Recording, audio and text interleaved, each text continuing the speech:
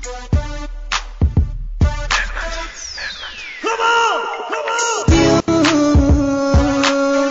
من تو عشق من میخوام حرفای دلو بهت بگم،